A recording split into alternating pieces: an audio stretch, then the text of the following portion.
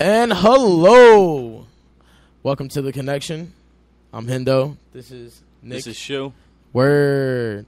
And this is our show called The Connection. We're basically connecting the dots between mental health and hip-hop. We started this show because me and Nick both have dealt with issues with depression, stuff like that, and know people who deal with this kind of stuff. So we just wanted to make this show something that people could come and gravitate to and find some type of refuge or solace, and also talk about their love for music and listen to our opinions and things that are, popping in culture right now. So we hope you guys enjoy it, and let's get it started. It's our first segment, bro. Well said, bro. Our first segment is Change my mind. Change My Mind, and we're going to be debating the whole Push and Drake beef. How do you feel about that, bro? Oh, man, where do you begin? So basically, for me at least, I'm a fan of both. I'm a fan of both of those dudes. And, looking at this beef in particular, I think this is very important for hip-hop, especially the current state of hip-hop that we're in right now. In 2018, we have, Drake, who's one of the biggest, pop stars on the planet. Pop star, key yes, word. I said pop star. He's a pop star, bro. He's topping the charts, everything he puts out. And I mean, you got an artist like Push. I've been following Push, since he came up. Same thing with Drake. So like Grinding and Mr. Me Too, bro, and what happened to that boy. We used to listen back in I think it was back in like my middle school days. We were beating, grinding on the table and freestyling around the lunchroom and shit. You know what I mean? Like, yeah, that's my guy. You know what I mean? But I think the beef is important for hip hop. I don't necessarily want to take a side, but I'm gonna put this out there. That last that Pusha Drake that shit was crazy. That shit dog. was fire emoji, bro. All the way, bro. Bro, he literally talked about my man's child. Like, right. He put my man's child in the song. He brought up 40's sickness, bro. That's been like very, very public. He got very personal, bro. Yeah, he got very, very personal. But my whole opinion on that is like I will agree with you. Drake is one of the biggest pop stars out right now, and it's really good. If not the biggest. Yeah, it's cool because he is black, kinda, and like Toronto's just like crazy popping with music from him, Tory Lanez, The Weeknd, this new guy Pressa that me and my girl listen to. Like he's, but just like you said, you're not taking sides. I'm taking a side because Drake pisses me off. I don't care if anyone calls me a hater. Because you can't sit here and. So back to that. I'm saying, it's not about taking a side, but if I am going to take a side, I mean, we're talking about lyricism, bro. Drake doesn't want that smoke. He doesn't. Drake doesn't want that smoke. Not even just because it's Push. You feel me? Like, imagine, like, you have to understand, like, who Push belongs to. Good music, bro. Right. Good music. Not one person on that label is bad at music. Big Sean, Tiana Taylor, Kanye West. Cudi. You feel me? I don't like Cudi's music, but he's stupid inspirational. And fucking shout out to Cudi. 2 Chainz even. You feel me? Sci-Hi to Prince. Like this is a long list. Sci-Hi's a beast. He is a beast. This is a long list of people who can give anyone from OVO or even Young Money lyrical slaughter. You feel me? Like so like I said, it's important for hip hop, but do we put our focus into these kind of beefs when, obviously we all have heard Drake doesn't even write his own stuff, right? This is where I'm gonna side with Drake a little bit on that. Drake doesn't write his pop shit. You feel me? He has a team of writers who write his pop shit. We can't sit here and deny the fact that Take Care is an album. You feel me? Drake wrote that album. We can't sit here and deny that Drake wrote songs for Alicia Keys. We can't sit here and deny that Drake wrote Thank Me Later, his breakout album. All multi-platinum albums, both classic albums, exactly. In my opinion. Drake wrote those himself. We can't sit here and deny that. And he probably even wrote Duppy, the diss, because it sounds like old Drake. It sounds like backpack Drake, And his pop stuff isn't Drake. It's not anything that like he has written, Like from ever since Nothing Was the Same, I haven't been a fan of Drake. Like I don't like any of his music. I don't look now. For him anymore. I don't care. I respect him. If I hear him on the radio, I'll definitely jam to it because his pop stuff is it's fire. Right. But I'm not gonna sit here and give him the credit of being a rap heavyweight because he doesn't write his own shit no more. You feel me? Yeah. So we're not gonna. But as far as the disses go, I feel like Drake was definitely gonna body him. That Duppy was hard. When I heard it, I looked at my girl and I was like, "Yo." I thought it was over for It's Push. over, dog. Like, over one of my favorite rappers in the world is about to get bodied by a 28-year-old light-skinned Jewish man. Like, it's about to be a rap. But you know Push always comes with the bars. You know bro, did you hear the diss he did against Wayne? Back in the day. Dog, nah. We're talking like, I think it was like 2012 he dissed Wayne again. Right. Yeah. And he was like, you signed to one nigga that signed to three niggas. Now that's bad luck. I'm like, damn. Push really like bodies people. You don't want that He's kind of been smoke had it with him. their label. Yeah, bro. Yeah. And I Time. honestly think anyone who is beefing with Drake or even Wayne to a certain degree probably has a right to, you know, because Wayne... Most stuff. Or let's not say Wayne, let's say Birdman, because Birdman has a laundry list of bad business deals. Yeah, that's a whole other discussion. And Drake is a fucking culture vulture. With, like, I'm not gonna sit here and deny it. Almost every new artist that has coming out since 21 Savage, Drake has dick rode them. Dick rode the shit out of them, and then either took their flow or doesn't fuck with them. Who's anymore. the cat that he bought the whip for? He bought a whip for somebody? I think I heard, was it 21 Savage? I think he might have bought 21 a car. Yeah, maybe. Like or it could have been somebody else. Yeah, I think I did hear that. I don't know who it is, but you see what I mean? Like, Drake just does extra shit for no reason just to make himself more relevant. You feel me? When it should just be about making good music. Drake doesn't have to do all the extra shit that he does. Like, with the Duppy diss, he could have just kept it music, but he decided to mention Push's wife. You feel me? Right. If you mention my wife in a song or even in real life, dog, we might have to shoot the fade. Fuck music. Like, you're not gonna diss my wife. You feel me? It's not happening like that. But I think for I mean, honestly, if I could stop you right there, on that, I honestly, there are certain boundaries you don't cross. You know what I mean? You can't cross certain boundaries, but it is music at the end of the day. I do think, you know, that competitive nature, it brings it out of people. It's not like that anymore. It's not competitive, right? And I think back in the day, I think motherfuckers were actually street and willing to take it there, but bro, I promise you, Tupac and Biggie would have caught the fade if they didn't die. You feel me? Probably. Have you ever heard of the Source Awards? Yeah. The Source Awards used to be one of the biggest award shows for, like, hip-hop. Niggas used to throw chairs at each other, dog. It's not a game. And you know why that's just not relevant anymore. That's not around anymore. Exactly. Because of that shit. Exactly. And I'll definitely say that, like, hip-hop is definitely missing, like, a certain, like, griminess to it. You feel me? Because let's talk about let's segue from, like, Push and Drake. Shoe misses that. Let's segue from Push and Drake and talk about, like, Trippie Redd and Tekashi. Their whole beef is literal internet shit. Literal internet beef. Two niggas who claim to be, like, big-ass bloods and, like, this and that are literally dissing each other on the internet. You feel me? And if it was me and I was claiming to be some big body blood nigga, like, and mind you, I listen to both their music. I love both of them as artists. But as far as, like, when it gets into street culture, dog, don't sit here and claim you some type of, like, Pyru and then, like, if I see you in my city, don't shit happen. It's just not. Right. It's just not. Yeah, cool. I'm not with that. I'm not with the artists that be, you know, saying shit that they don't really. It comes to a certain degree that if you keep dissing me on the internet, I'm just gonna find where you are, right? And I'm gonna beat you the fuck up, absolutely. And we're just gonna fight. Like, I'm not. A lot of people, unfortunately, in this game, there's a lot of that. You know, a lot of that shit will follow you, and you know what you say, it will come back to you. Of course, you know what I mean, a lot of people have to learn the hard way. And I think being an internet gangster, as far as rap goes, is kind of becoming marketable. Right. You know, like, if you go on the internet on Instagram, chasing internet gangsters. Yeah, you know what I mean? Like, if you go on the internet and claim whatever gang and then talk shit on another rapper that may or may not be as successful as you, people are gonna gravitate to your music because you have enough balls to go on the internet and post up a gun. Like, it's so retarded. It's the craziest thing I've ever seen.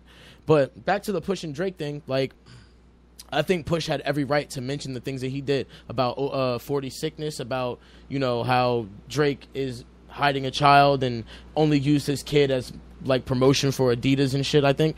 And, like, It's distasteful. Like the things that Drake has done when it comes to his beefs are very, very petty and very distasteful. He gets petty, and it's not cool. You feel me? Because God forbid he beefs with someone who doesn't give a fuck about this rap shit and really is a killer. And boom, Drake's gone.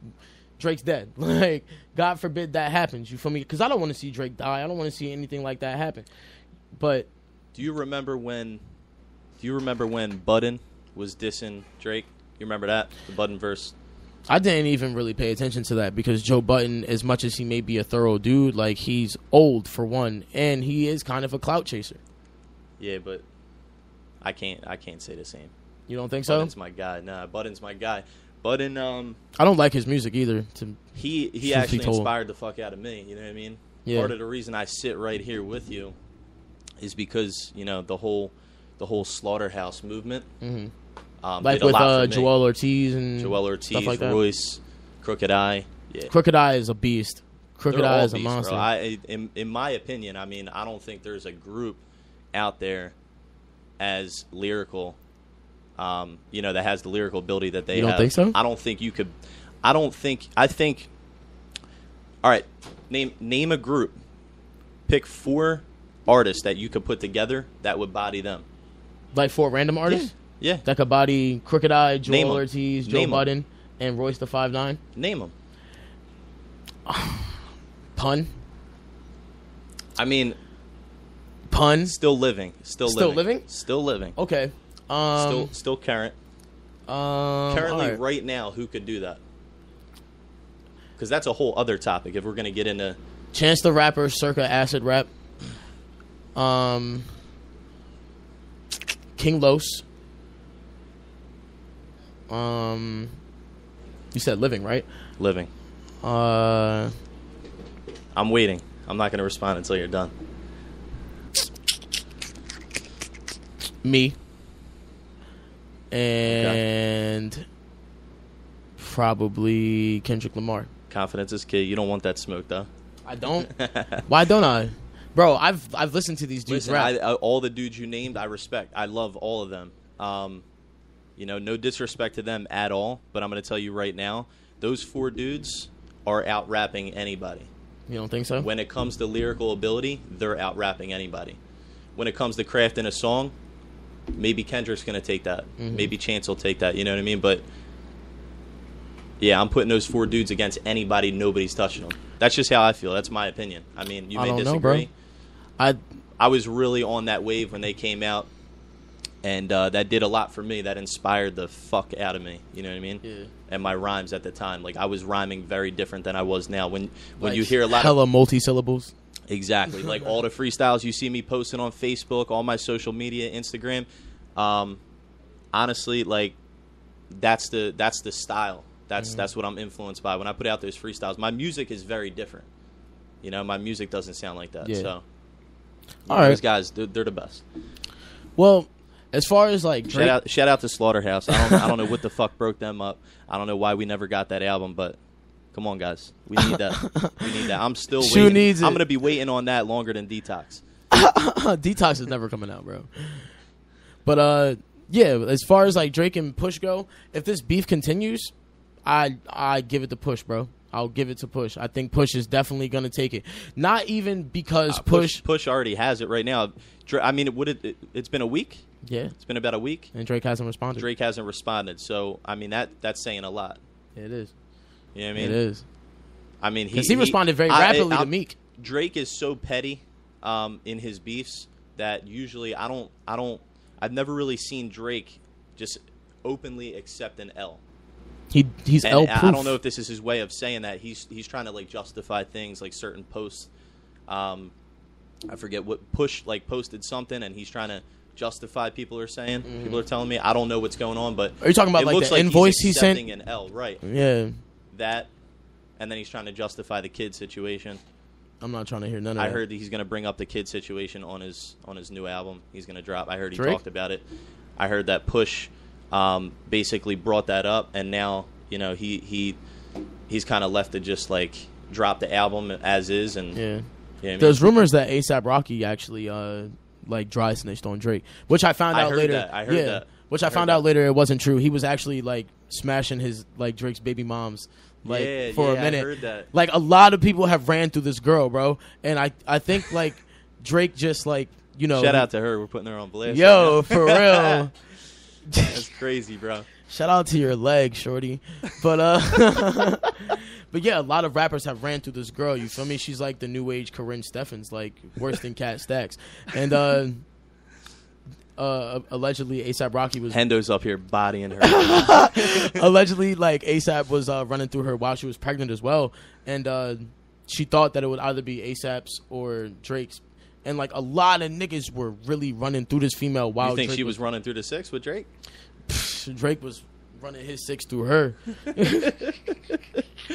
Pause. Pause. But what I'm saying is that like this whole beef that's going on with Drake and Push, I feel like is karma to a certain degree, because Drake has been L-proof. If you really listen to his music, he's actually very disrespectful. He's not the ladies' man that people portray him to be. He's not that like lost puppy dog soul that his music portrays him to be. If you really listen to his music, even since Thank Me Later, he's actually been kind of an asshole. He has this one line in that album where he's like, plus this woman that I messed with unprotected texted saying she wished she would have kept it. The one I'm laying next to just looked over and read it. Like, he's just running through women and like acting. And that's a hard line right there. You feel me? That's a hard line. And then I remember that line. You listen to Take Care. He's like, it's a shame you couldn't keep it, Alicia Katia. I know that you're gonna hear this. I'm the man. He flexes on women a lot, bro. He does. He flexes on women a lot, and he's very disrespectful in his personal life towards other men. He fucks a lot of men. He fucked Wayne's girlfriend while Wayne was in jail, dog. Yeah, I didn't hear that shit. He fucked Wayne's girl while he fucked his boss's bitch while he was in jail. Wow. Break that down. Break that down. Break out how that went down. Break that Basically, down Wayne got incarcerated. He was involved with this female. I think it was Christina Milian actually, and because she just had his kid, and Drake went to go see him in jail. And I think it was right after like Wayne got finished like writing his memoir in jail, and Drake. This is what I'll give him. You feel I'll give it to Drake. He was a man about it. He went to him and was like, "Yo, like me and Shorty, like, we got involved with each other." And Wayne being Wayne, he doesn't give a fuck about the female. You feel me? Like, so like he just didn't really take it that personally. Right. But I think what hurt Wayne the most is that he was in jail while it happened. You feel me? Like he was locked up. He was nothing he could do. You feel me? Right. And my perspective, how I'm looking at it, is like that's sleazy as hell, my nigga. Like I didn't even know that. That's some sucker shit right there. It's some real pussy nigga shit. You feel me? Yep. So as far as an artist and as far as a man, I really just can't respect Drake, and I feel like this beef. I want to meet the guy. I want to know like how he is in person. I want to know who he really is. I won't deny that. There's a lot of artists that I don't fuck with their music. Unfortunately, I do fuck with Drake's music, but the thing is, I don't fuck with a lot of artists' music, but I like them as people. Mm-hmm. You know what I mean? Most def. I like them, and I like what they do because of who they are. Yeah. More importantly than the music. I have to like you as a person. I would like to meet Drake and just see how he is in person, like who that man really is. Bro, I honestly feel like he's just Do you think all these things just arise and people pop up with all the hate and they just say all this shit because he's at the top of the pop culture wave? No, because Kendrick is right there next to him and no one says anything about him. Kendrick's above him, my man. I'll agree with that. I don't think he's next to him. I'll agree with that. I don't think anybody's next to Kendrick. I think, in my personal opinion, and I know you're not a big Cole fan. I'm sorry to put that out there for the world, but I think Kendrick and Cole are right there at the top. And I know that's your typical. I know that's a typical thing to say. No, it's 2018. For me, they're the only lyrical guys out, really. And honestly. To me, they inspire me. So this is what I'll say about that. J. Cole, I love his music. Like I definitely think he's a phenomenal artist. But the reason I don't give him the credit other people do is because people give him too much credit. KOD could have been way better than it actually was.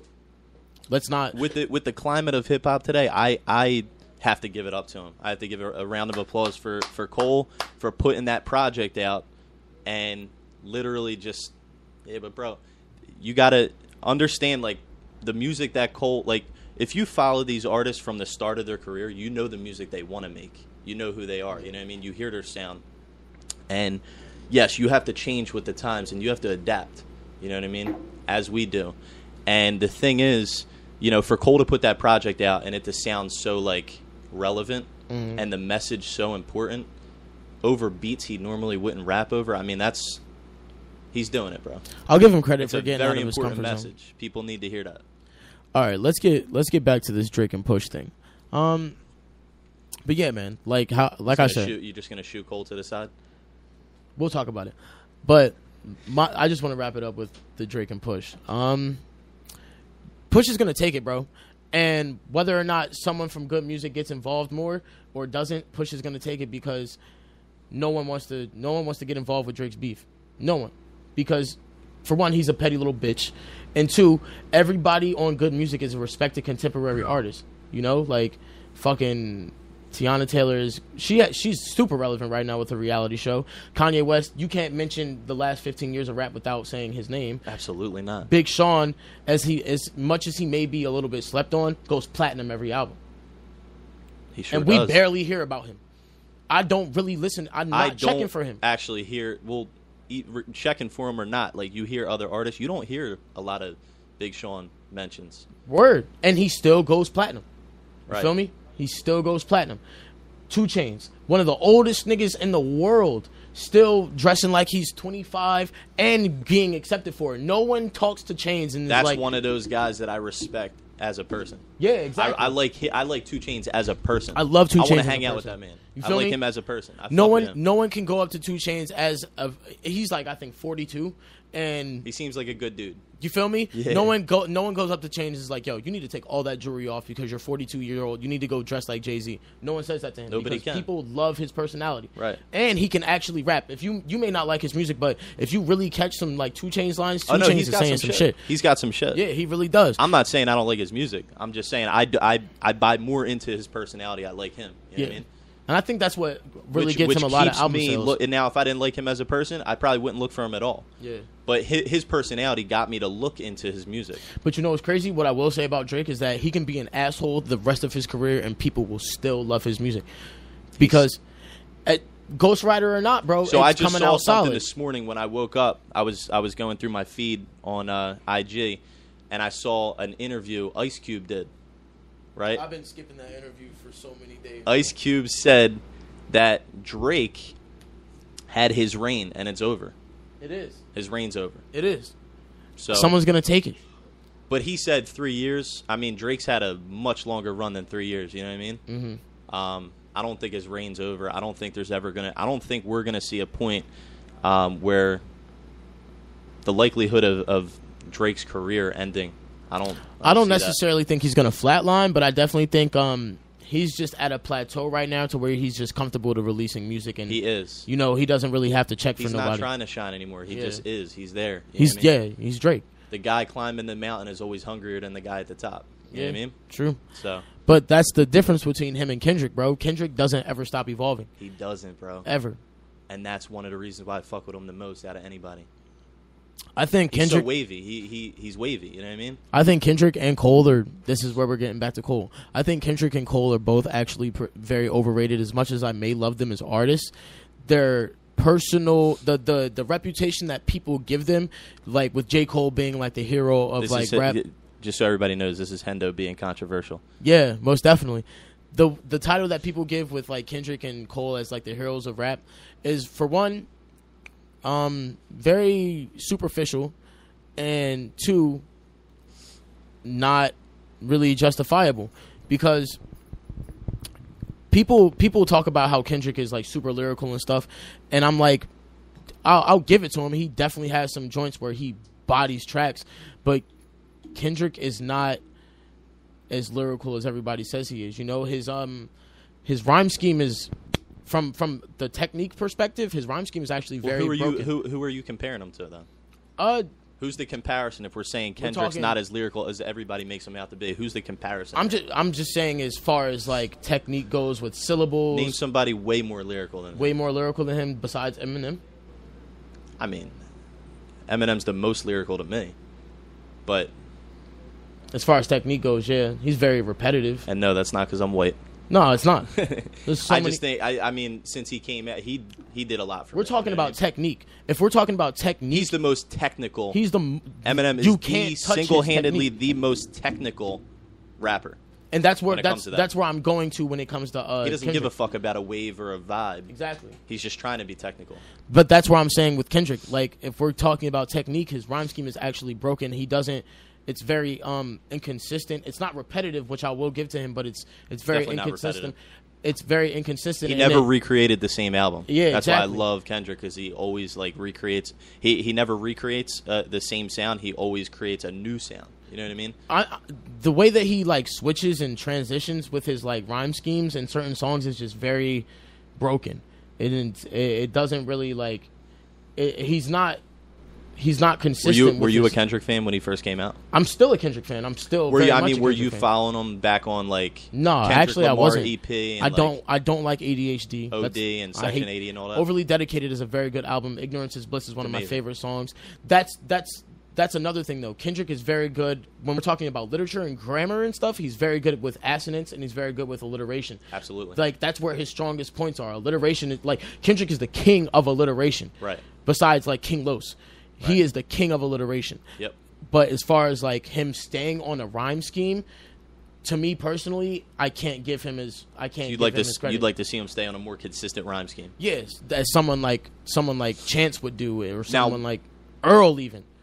Earl is the best when it comes to broken rhyme schemes because he knows when to break. He knows when to make you uncomfortable about his transitions. Kendrick just does it too rapidly, but Earl just gives you a very, very comfortable amount of uncomfortability. I'm going to go to bat for Kendrick and just chalk it up as maybe, people's attention spans in 2018 is a little different, than back in the day. We consume music a lot quicker. Maybe he's just trying to entertain people, from start to finish. Maybe that's what it is. I don't know. I don't know, man. I'm really trying to go to bat for Kendrick here. I will say that if you hear this, I'm holding you down, bro. I will say that in the newest generation, they are the best rappers to be out right now. But hands down. I listen to a lot of underground hip hop. I listen to a lot of UK hip hop, and there's this one dude, Lunar C, bro. His rhyme scheme, you gotta put me on to some of that. I most definitely will. Lunar C, bro. His rhyme scheme, his beats, his content. I'd rather listen to him than Kendrick. I listen to him more than Kendrick, but what people don't understand is there's a whole underground world out there. Like, exactly. You know what I mean? And that's the reason I can't give them their imagine we were just living on Earth and we didn't know there was a whole world under us. Like that's what the game is. There's the mainstream everybody knows about, and there's a whole underground hip hop world, and none of you motherfuckers know anything about it. But you got to look for that shit. Facts, most definitely. But as far as this whole thing goes, when it comes to beef and stuff like that, Push is gonna take Drake. It's over. Yeah. In my opinion, as far as I'm concerned, Drake's already got the L. Unless he fucking responds, and he needs to respond like last week. Like, where you at? Drizzy, where you at? Drizzy, you need to respond ASAP, bro. Like, because Push about to put another line through your forehead, bro. You are way too big on that pedestal to be, like, keeping silent. God's Plan got, like, 500 million views. You better respond, bro. Because this is God's Plan right now for you to take this L. Right. But, speaking of ASAP, this is our new segment. What's the Wave? We're going to talk about two artists, one that's new and one that's very contemporary, Lil Skies and A$AP Rocky. What we're going to talk about in this segment is basically how they're both fashion forward and very big heavyweights in their subgenres of rap. A$AP Rocky does his new album is something you don't like it, right? I don't think I like it, bro. Honestly, but I will say this. I didn't like Kendrick's Damn at first. And then the more I consumed Butterfly is better. I loved it. Whoa, off topic. All right, you want to go there? No. All right, we're done talking about that. Listen, but for what it's worth, I don't want to beat him up too much. I did not like it. No, I did not like it. That's why I hit you up yesterday when I listened to it. I was like, fuck that shit. It's whack. But I fuck with A$AP. I do too. I like his music. Maybe I set my expectations different. Maybe I wasn't expecting that. I don't know. I'm gonna give it another listen or two. if I can get through it, but we'll see what happens. What'd you think of it? I listened to like about half of it, and I'm in love with it. I can't wait to finish it. Honestly, I'm not someone who can listen to an album all the way through. Like, but what do you mean by that? I just can't. I can't sit down for an hour and 50 minutes and listen to an album. Right. Like it took me like so 3 you get to like track 5, and then like you'll put pick it down, back up later, smoke a blunt, on track 6. Yeah, gotcha. Like it took me 3 weeks to listen to Pimp a Butterfly. 3 weeks to fully digest it. That's a hard album to digest anyway. 18 songs. It's layered. It's very layered. It's a lot. As far as A$AP Rocky's album goes, I think it's really good. You don't like it because it's something that that doesn't sound like A$AP, right? It doesn't sound like A$AP. Maybe I wasn't ready for him to transition into a different sound or something, but I don't know, man. The A$AP that I know sounds nothing like that. Mm-hmm. Completely different artist. Well, you know what I mean? So I can definitely agree with you. Expecting that. I can definitely agree that it doesn't sound like A$AP, but I think the reason I like it is because every A$AP album doesn't really sound like A$AP. When A$AP first came out, he was talking about lean, fucking high fashion. You know, now that's the thing. I feel like you almost have to be high to digest this album. Yeah, it's a very druggy album. It is. It's a very druggy album. So I wasn't, you know what I mean? And my sober ass is sitting down listening to it, and I'm like, I don't know, man. I'm not fucking with it. I think I was high when I listened to it. I'm not gonna lie. But even like listening to his shit sober, like a lot of his stuff is druggy. But with this album, I think he was just going for a new sound, you know, like the Distorted Records joint is just like such a good opener, bro, because it doesn't sound anything like A$AP, like at all, right, whatsoever. Like when his first album came out, it was A$AP all the way through and through. It was very, very commercial A$AP. Yep. And his second one, it was very Rakim A$AP, if you understand what I'm saying. It was very subterranean, very alternative, very left field of what he did on his first album. Right. There were no songs on that album that got to the success of Wild for the Night or Fucking Problems.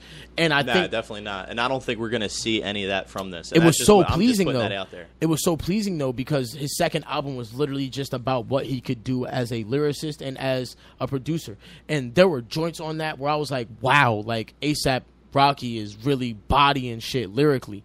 And on this third album, it sounds to me like it's just about what he can do as far as sound goes. And I don't think he's lost any of his lyrical luster. I think he chose to not be as lyrical as he can be just to focus on what it sounds like to him, you know, like as far as sonics I think that's go. what I miss, and I don't know. You're right. I don't think he lost his lyrical ability. I think I just needed that one track, and I didn't have it. You didn't? I needed that one track where I could just hear him rap his ass off. I just needed that. I think, honestly, bro, this is what you need to do. You need to give it a second listen and understand that, because I only got through 5 songs. I think there's 15 on it.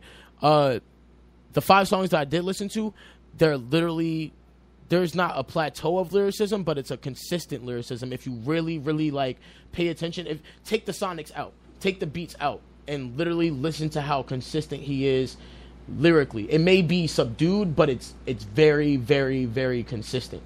That's why maybe I was just doing other shit and I wasn't focused, you know, while I was because it is hard to digest a whole album front to back, you know what I mean? And he doesn't really talk about fashion a lot, which I kind of like, because a lot of people give A$AP Rocky credit for only being someone who is the face of Dior or like is the face of Gucci and, you know, says what's hot and what isn't. And while that may be a very, very true statement, we can't forget that A$AP Rocky is from New York. Rakim gave him a cosign. Right. The god Rakim gave him a cosign. I'm glad he's you said named that. after I'm glad Rakim. You said that. And you said that. His sister that just recently passed is named after Heather B. You feel me? So like, let's not get it twisted. A$AP Rocky is a very big. I want to talk lyricist. about something since you said that. What's with all these new cats disrespecting like pioneers and legends? You know what I mean? I don't like that. I don't fuck with that. I don't care. For the most part, I'm a young guy still. You know what I mean? I'm in my 20s. But the thing is, like, I followed all that shit. I did my studying of the game. I went back and did my research. You know what I mean? Why are they dissing those guys? Because, bro, you can answer that question better than I can. You know what I mean? So let me break that down for me. As someone who is a lyricist, because you've heard my music, bro, and you've heard me rap. I don't play with this shit. I could give a fuck less about Tupac. I don't care. I don't care about. I can't have you sit here and say that. But let me give you a valid. Let me validate myself. Can't have you sit here and say that. Pac as a person was so important for everything, for the culture, just for humanity. Period. How? Because Mos Def was on the same shit. He was a politician. He was an activist. Mos Def. Like he's so important as a person, bro. Mos Def. I mean? Why is his name still? Why are we still talking about Pac every day? Because death row. Every day. You think there's a day that goes by where we don't talk about Pac? I cannot talk. I don't have to talk about Pac for a week and be pleased. That's you. But this is why I don't fuck with Pac, because the culture doesn't feel that way. Because people put Pac and Big on the pedestal and say like, oh, if these two were still alive, certain people wouldn't have their career. Who knows that? Because look at how hip hop has changed and transitions. You feel me? Everything in hip hop right now has nothing to do with Tupac or Biggie whatsoever, and it's not because they're dead. Because there were people coming out before Biggie and after Biggie and Pac that didn't give a fuck about their legacy. I'm not with the bitter old people, old man syndrome. The young guys either. Yeah, I'm not with that. Old man syndrome is gay. I'm all about love. You know my movement. It's stop hating on everything, and that's all I try to do. So I'm with everybody connecting, coming together, and just creating something together. But at the end of the day, my thing is like, we don't know that. We don't know what they would have done if they were still here. We don't know that. But what we do know is, they were very important for their time. And when we're talking about them, a lot of people say, "Yo, name someone more lyrical or Mos Def. Name somebody more Talib important." Kweli. They didn't. I take them out of that discussion and just Big respect L. them. I give respect where it's due and just put them to the side. Love him. Love Mos Def. Love all the people you're naming. But I put those guys to the side. I put Biggie and Pac to the side. I put Pun to the side because they didn't really have their discography. I mean, Pac had a lot of music, but Big, he only had 3 albums. And I mean, how many albums does Pac have? Posthumous. You know what I mean? How many albums does Pac have? A lot. Like released? Released before, yeah. He's still releasing. He's still dropping albums. That's fucking crazy. He's crazy. not even here to say it. You know what I mean? That's crazy. Bro, that motherfucker worked. But my thing is, bro, is that like we can't sit here and claim that all of their responsibility is based off, like what they talked about. Like they were part of the biggest record labels at the time. They were. So like we have to talk about that. That has to be a discussion. You feel me? So like Death Row versus Bad Boy. Honestly, bro, when it comes to me personally, I don't necessarily I'm not going to say I don't give anyone credit where credit is due, but when we're talking about pioneers, if I feel like as a rapper I'm better than you as a rapper, then I could really give a fuck less about your reputation. Because if your reputation was so revered and so big, then I wouldn't be able to be better than you as a rapper. I'm not better than Eminem because of his reputation, because of his skill that he puts into rap. I could body Pac in 10 minutes. Sorry. I don't care. I mean, they were different. They were in a different lane. Yeah. I'm glad you know that about M because nobody's seeing him. But yeah, I mean, I don't know. I just think that I just want to leave the Big and Pac thing out of it. You know what I mean? Give respect where it's due. Rest in peace to them. I totally give them respect on their legacy. I totally give them respect for what they've done to hip hop. But I just am not a fan of their music. I can't fuck with it. But yeah, like to each his own. Shit happens. Who would you put? Who you putting on your Mount Rushmore? Who am I putting on my Mount Rushmore? Yeah. I have 2 Mount Rushmores. I have a Mount Rushmore for like recent artists, and I have a Mount Rushmore for of all time. Artists. Yeah. So for my Mount Rushmore of all time, Big Pun, Jay-Z, Nas, Common, and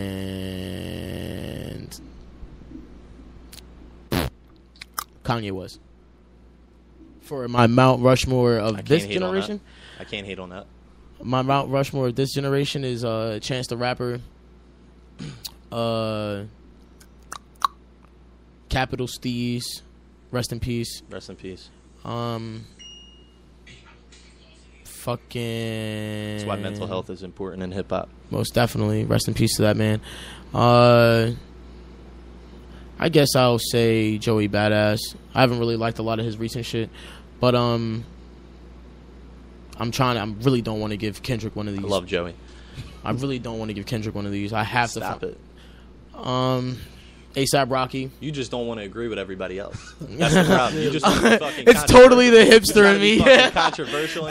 That's why I'm the only one who came in with my shirt tucked for in. what it's worth, I'm usually that guy. I'm the guy that when everybody goes this way, I go the opposite. But like you just can't deny that. All right, bro. Good, you know? Kendrick can be There's on no my Mount denying Rushmore. it, bro. I'll give it to Kendrick. He can be on my Mount Rushmore. Don't say that just because I'm. Let me touch on that Biggie and Tupac situation. Oh shit. You know, I'm 43. You know what I'm saying? So I done lived through that whole era. Right? Man's got a Death Row shirt on right now. Yeah, definitely. Death Row 215. Yeah, this Death Row 215 over here. Yeah, but as far as with that situation, now you have spoken about, you know, why people don't, you know, respect these legends or whatever. You know, as far as with a lot of people, they don't do their homework to see what was brought to the game by these people.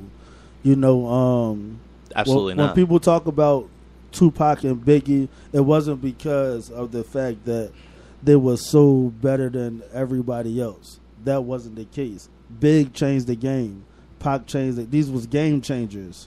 Now, the game changers is what made them who they was. You feel what I'm saying? Like, as far as with Big, when Big died, he really only had that Ready to Die album. That was the only thing that people knew from him was that Ready to Die album. Right. And then he didn't even get to see that Life After Death album, period. Like, he was gone by the time that album hit. You know, but as far as with the body of work, it wasn't about the body of work. It was about what they bring to the game. A lot of people can't bring stuff to the game. You know, you have a lot of talented artists, but they don't change the game. They're not game changers. Right. They just here. You don't think anyone else could have done what Tupac and Biggie done? They shifted the culture. But I mean, I'm not saying nobody else could have done it.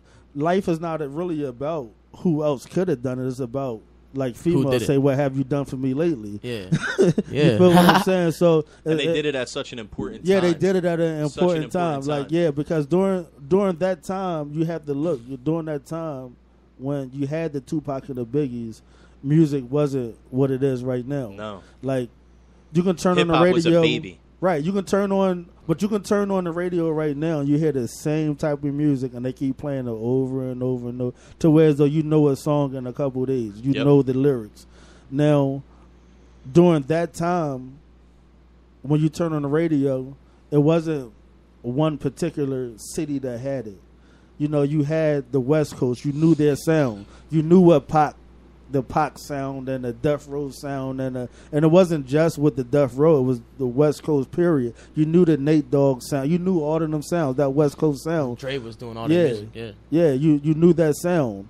And it wasn't just Dre, like anybody who was making beats, they had their own sound. The South had their own sound. New York had their own sound. Philly everybody had their own sound. And it was all on the radio at the same time. You know, but then on top of that, you got the West Coast popping, you got the East Coast popping, you got all these places popping. But on top of everything that's going on, Big changing the game, Pac changing the game. You feel what I'm saying? So that's what made them what they are. Like you were speaking about, you know, like Common and Mos Def and all of them. They're not game changers. For real? They're not game changers. Yeah, they relevant. It's a difference. They are very relevant for the culture. Yeah. But that doesn't make you a game changer. Right. You feel what I'm saying? I feel like what they did, what Pac and Big did, people rallied behind. Yeah, they rallied behind. The culture, you know what I mean? Right. But then let's look at when you say a game changer. Let's say Jay-Z, right? Right. Now, when you look at Jay-Z and he say he did a little skit on one of his albums, when the guy said, you know, what's the difference between a 4.0 and a 4.6? 4.6. And he said like 30 to 40 grand cocksucker that beat it. Yep. So now everybody was riding around in 4.0s, and now they don't want to drive it.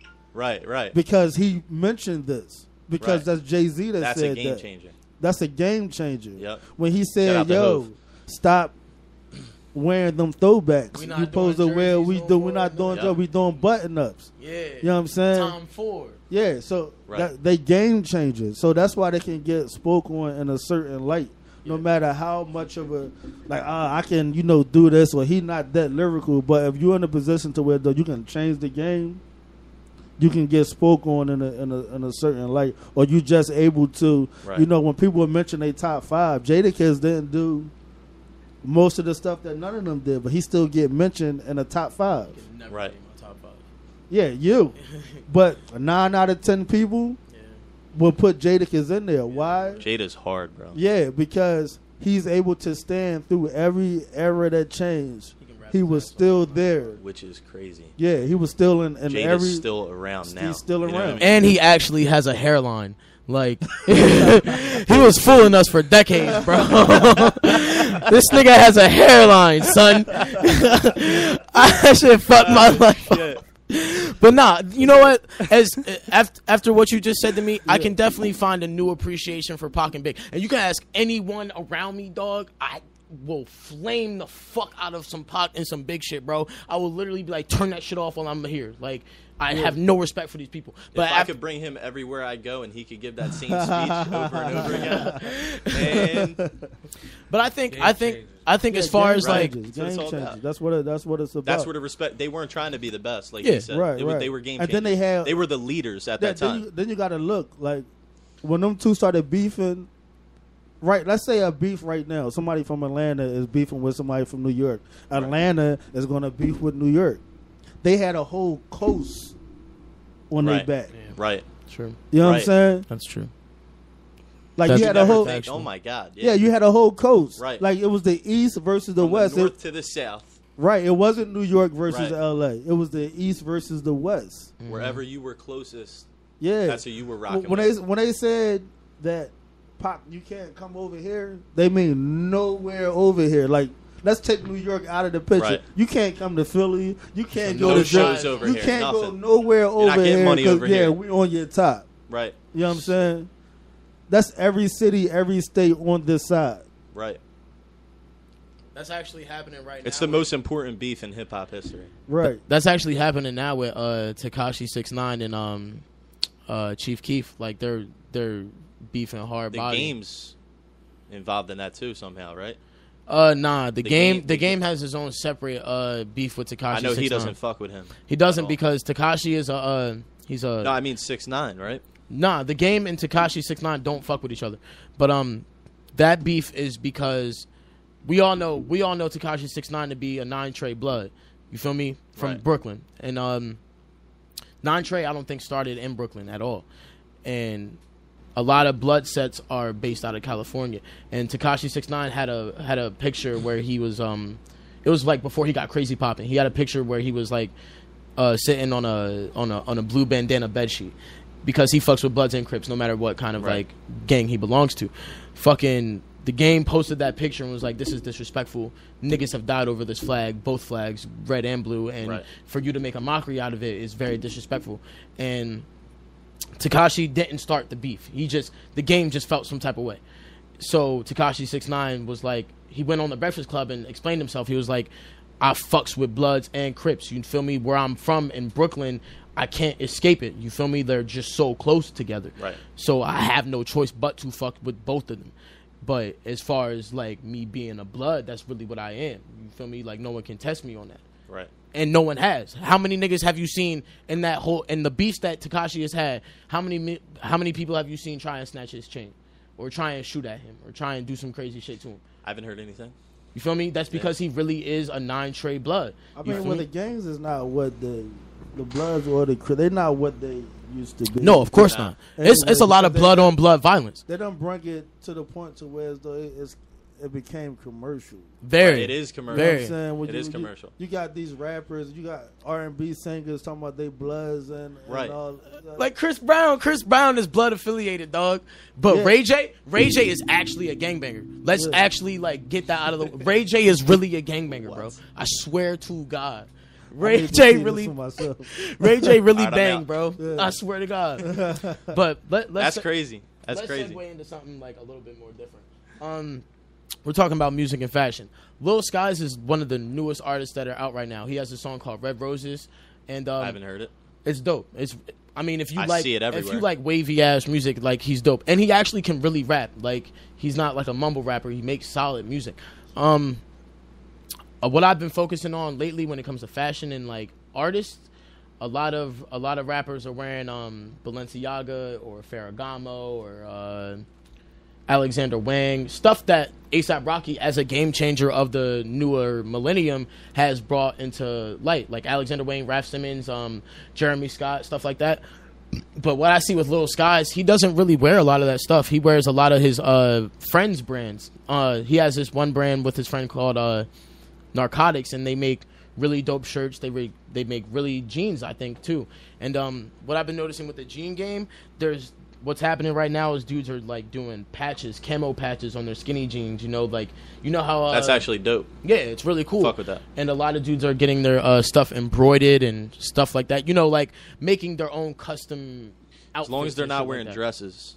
I got a problem with that. You You're don't wearing a dress, that? I got a fucking problem with that. Don't you ever come in here wearing a dress. You know what's crazy? A$AP Rocky actually implemented that style, because when he first came out, he was wearing a lot of long shirts, because that's what, in high fashion, that's very accepted, because high fashion is very androgynous, or I guess like gay, like homosexual, because a lot of homosexual people wear very outlandish stuff, I guess, stereotypically speaking. Right. And a lot of the fashion designers that A$AP Rocky follows are homosexual themselves in their own personal life, and A$AP, he admired the fashion so much. And so long shirts and even like, I guess, man dresses became a thing. Like Jaden Smith got $10 million from Louis Vuitton. I fucking love Jaden Smith, bro. Yeah, I love Jaden Smith. He's very fashion forward as himself. He is. He's very fashion forward. But Lil Skies is what I've noticed about following him is that I think he's gonna be like probably the next fashion forward game changer, because even though he does have face tattoos, his face tattoos are very different than like any other generic new artist face tattoos. He has like this Chinese face tattoo that's really cool. He has a rose from like the back of his ear all the way up to like his jawline, which is really dope. Does that have any relevance to the track he put out? He has the album that he has is called Life of a Dark Rose, and he got that tattoo for that album. You feel me? I figured that was. Yeah, it was really cool that he's really that dedicated to his music and to like his movement. So I think he's gonna be probably like one of the next fashion forward people. All chips in. He's all in. And what's really cool, what makes me think that he's gonna be a game changer is that he pays homage in a really cool way. A lot of game changers do pay homage. You feel me? So let me give you like A$AP Rocky. He pays homage to New York by when he decides to really fucking rap. Right. He is on some New York shit. He has this song called Max B on his second album, which is which I love. Crazy gritty, crazy New York. Different laws, restricted cars. Damn, if I don't break up in the mall, like he straight bodied that shit. But what makes him a game changer is not only the fact that he does New York shit, he pays homage to New York, but he takes New York style and mixes it with Houston style and mixes it with California style. And I had no idea that Lil Skies was from Pittsburgh. If you listen to his music, you'll think he's probably like someone from California that does a shit ton of lean and, you know, stuff like that. But he actually doesn't. That's definitely how he portrays himself. He can't stand any other drug. Which can be, like I said, which can be a turnoff. You know what I mean? Of course. But what's crazy is that whenever someone asks him about drugs, he tells kids like, yo, stop popping Xans. Like, stop doing lean. Or if you do these drugs, please be careful. You know, which is something that I think is very, very important to the rap game. People need more of a disclaimer than that. Like, please be careful. That's not gonna. It's not gonna make people stop doing drugs. It's not gonna make people stop ODing. You know, kids that don't know what the fuck they're doing. You know what I mean? Yeah, and as much as you're right, like you got to admit that that's really only an artist can do. That's really the only thing an artist can do is to tell them to be safe. But unless you want to, but if your message, I just think it's whack if your message is for people to do that. Don't glorify it. Yeah. You know what I mean? I'm not going to lie. And you've struggled with it, talk about it. Of course. I mean, that's your life. Of course. That's what hip-hop's all about. That's why hip-hop started. But at the end of the day, don't glorify the shit. Don't try to get don't try to get people to rally behind you to do it also. Yeah, that's of course. What I have a problem with. That's why I don't. I'm like, that's where I come in. That's where my position in hip hop. I'm trying to be the hero to like save all these fucking kids from like ODing and like I'm trying to stop that shit. Yeah, of course. I'm the guy wearing the cape. I'm not with that. I can totally get back on you for that. I can definitely agree with you on that. But my whole standpoint on it is, as much as I may think addiction is a disease, as much as I may think stuff like that is very real, you have to understand that people are going to do what people want to do. Absolutely. And I think for an artist to go and tell people to just be mindful of the drugs that they're doing is something that an artist does not have to do whatsoever. But for you to for any artist to tell someone like, please don't do drugs, please don't kill yourself, or please don't, do anything that's negative or could take your life is a very, very big thing. Because for one, we don't have that, because a lot of rappers, even the rappers I listen to a certain degree, are talking about popping Zans, fucking bitches, doing this and that. Right. But those artists really don't do that shit every day. Do you really think Future? Do you really think Future is doing that many drugs, bro? No, absolutely not. He'd be dead. But the thing is, these kids don't know that. You know what I mean? No, they don't at all. These kids are uneducated. They don't have. Some of these kids grow up with no role models in their lives. They don't have the right people. Some kids grow up around drugs in their situations. Yeah, I did. They don't have the right people in their life to tell them, yo, like, this is wrong, this is right, like, go this way. They don't have that, you know what I mean? So who do they listen to? They listen to the artist. And the artist, whatever the artist says, that's what they're doing. And, that's not helping them, you know what I mean? And it's definitely not conducive to the rap game and what it started as. It started as a place of refuge. It started as a place of salvation, somewhere where you could go and find something relatable. And I'm not going to say that you can't, like now with rap, but it's becoming less relatable and more imitatable. You feel me? Right. It's becoming like when an artist says something, the music listener doesn't say I can relate to this. The music listener says I'm gonna go do this so I can relate to this. Right. And then someone ends up in rehab or ODing or shooting somebody that they know they're not about doing that. You feel me? Right. So that's why I think people like Lil Skies and even A$AP Rocky to a certain degree are very important, because A$AP Rocky, as much as he may do acid, he promotes like the goodness of it. He doesn't glorify acid as a party drug or as a drug where you can go and like, fuck 10 bitches off. He literally talks about it as like something that opened his eyes to different sounds in music and different sounds in just in his life and just different parts of his life. And I think that's a really cool thing. If you are going to glorify drugs, then talk about the life-changing thing that it's done for you, because I've had my struggles with like addiction and stuff, and the only time I'll ever talk about drugs nowadays is when I'm talking about how stopping drugs saved my life. Or if I talk about acid, I'll talk about how it made me question certain things in my life, and it made me actually come back to being a man of God. Without acid, I wouldn't even believe in God anymore. So like, I think that's a really cool thing to really market it and put out there in the world. Elaborate on that for me a little bit, like your connection with God, and that whole thing. Well, I grew up in the church, so like it was kind of like rammed into my head that I need to believe in God. Right. Then a lot of which naturally probably pushed you away from it. Yeah, actually, my grandma's very religious, and she forces it in our heads, and it's very like we don't want to hear it. Yeah. To begin with, it didn't really push me away from it.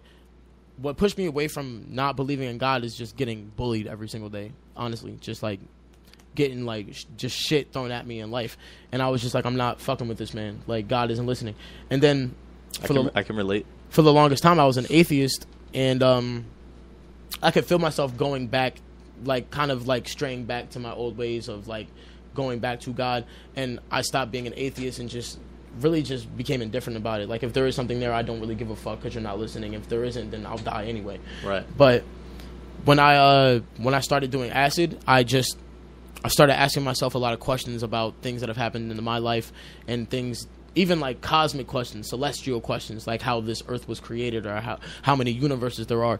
And I came to the realization that if things like the Big Bang Theory exist, if whatever theories in science you think exists, there's no way in hell that it can't coincide with not religion. We're not going to talk about religion. There's no way in hell it can't coincide with the creator theory that something did create these multiple universes or galaxies, because our universe, just singularly our universe, if it was created, or like if the world imploded on itself a measurement more, then it wouldn't even exist. If the Big Bang, like the way that they say that the Big Bang theory happened, if that theory was even a calculation off as like a physical like cataclysm, right, then Earth wouldn't exist. Planets wouldn't exist. It would have just been a huge hydrogen explosion in the universe.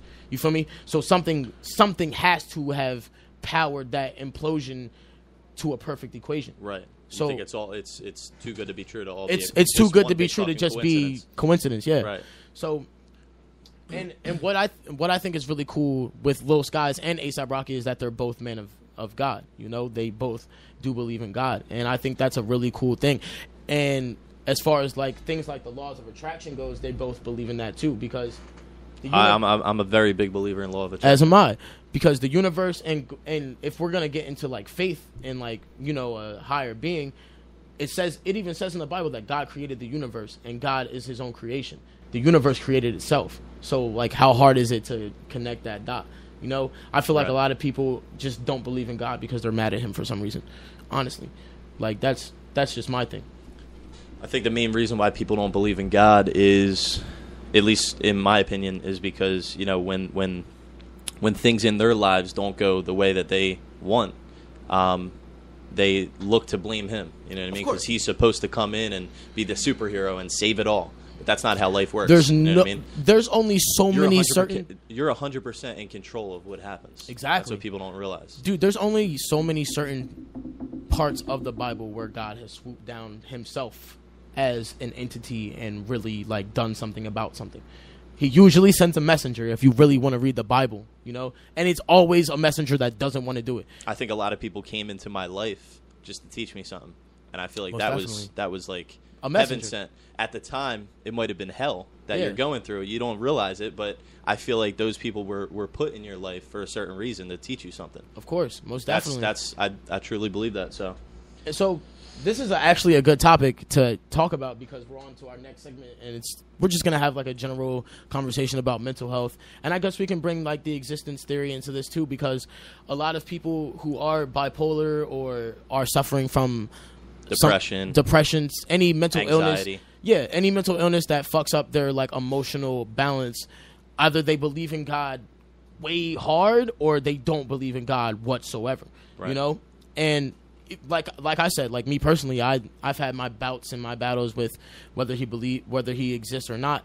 But what I've noticed with some of my friends, and even like with just like the younger generation, is that they're not denying the existence of a celestial like being, you know? Right. And I think a lot of that is based off the fact that they may be suffering from something that's mentally like I guess the word I want to look for is like a mental malady. Mm-hmm. And my whole thing is that like when it comes to mental health, if science is so damn perfect and so built on equations, why can't there be a system to determine whether someone's going to have that mental illness, you know?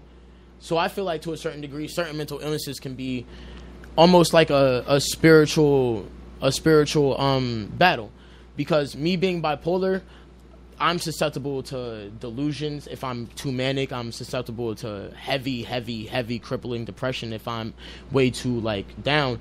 Right. So going through those things in my life and praying to God and then not believing in God and still being bipolar, I had to question myself on whether if I am created in God's image or whether I'm just, you know, a product of fucked up genetics.